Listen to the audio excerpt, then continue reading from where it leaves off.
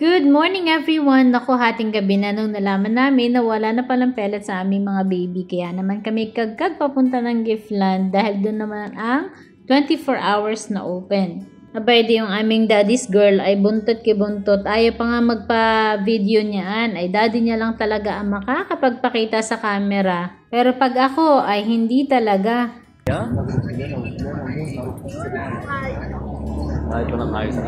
Sadyang napakamahiyain talaga niyang aming baby Richella. Pagdating naman namin sa bahay, eto kat nakatungtong dito si Samsam dahil itong si baby Mavi ay binubuli na naman si baby Samsam. Abay na, sobrahan na talaga ng pagka-spoiled itong aming nag-iisang prinsesa. Habang ito si Savi naman ay kinukulit naman si Mavi nung natigil. Abay, di laging away na naman talaga itong mag-ina na ito. Ay grabe naman talaga magharutan Pero si Samsam gusto talaga niyan ay tahimik na buhay na lamang. Parang kawawang-kawawa naman yung baby Samsam ko doon para lang makaiwas dito sa dalawang naghaharutan. Ayan, at ngayong araw nga ito ang aking ganap dahil mag-isa na naman ako dito sa salon. Syempre, mag-isa din ako magbabata ng aking mga linisin at imisin dito. Hindi ko na nga na-videohan dyan yung aking pagwawalis, pagmamap dahil nag-live tayo kanina. At ito na nga lamang ang aking napag-asikaso.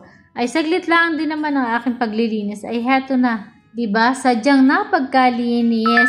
At dapat talaga ay well-arranged ang lahat ng mga gamit dito bago tayo magsimula at mag-operate sa loob ng salon.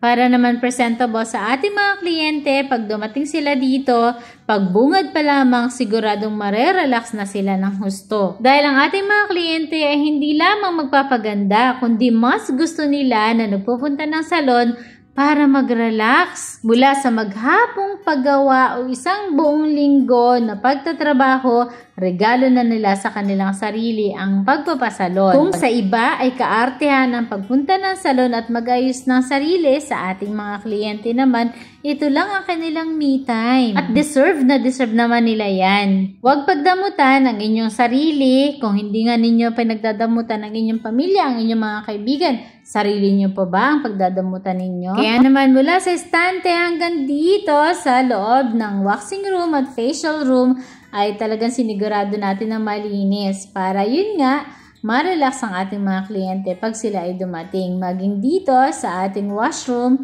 ay siguradong malinis. Pwede ka nga matulog dyan. Naalala ko tuloy si Edralyn, yung aking pamangkin noon na may salon dyan sa Pilipinas.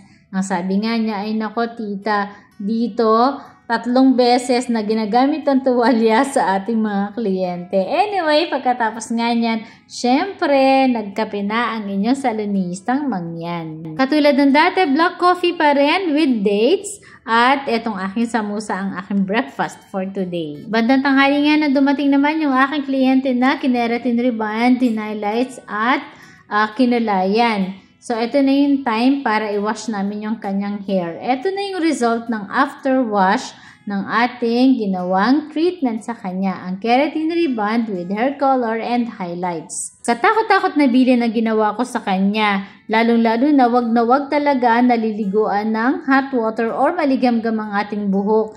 Kailangan malamig talaga kasi kaaway talaga ng hair natin, lalo na kung bleach kayo at highlighted. Wag na kayo talaga na magliligo ng mainit na tubig. At wag kakalimutan ng hair mask. At dito rin lang yan mabibili sa amin sa House of Queen. Kaya pasyal na kayo dito sa amin sa Khalifa Street. Katabi lang kami ng Europcar. Kung gusto mong maging kasing healthy ng kanyang hair, ay nako, simulan mo na. Pasyalan nyo na kami dito habang malamig-lamig pa ang panahon. And good news sa ating mga kabayan, meron tayong mga special promo para sa inyo. At yan ang mga ganap ngayong araw na ito. Maraming salamat hanggang sa muli. God bless us all!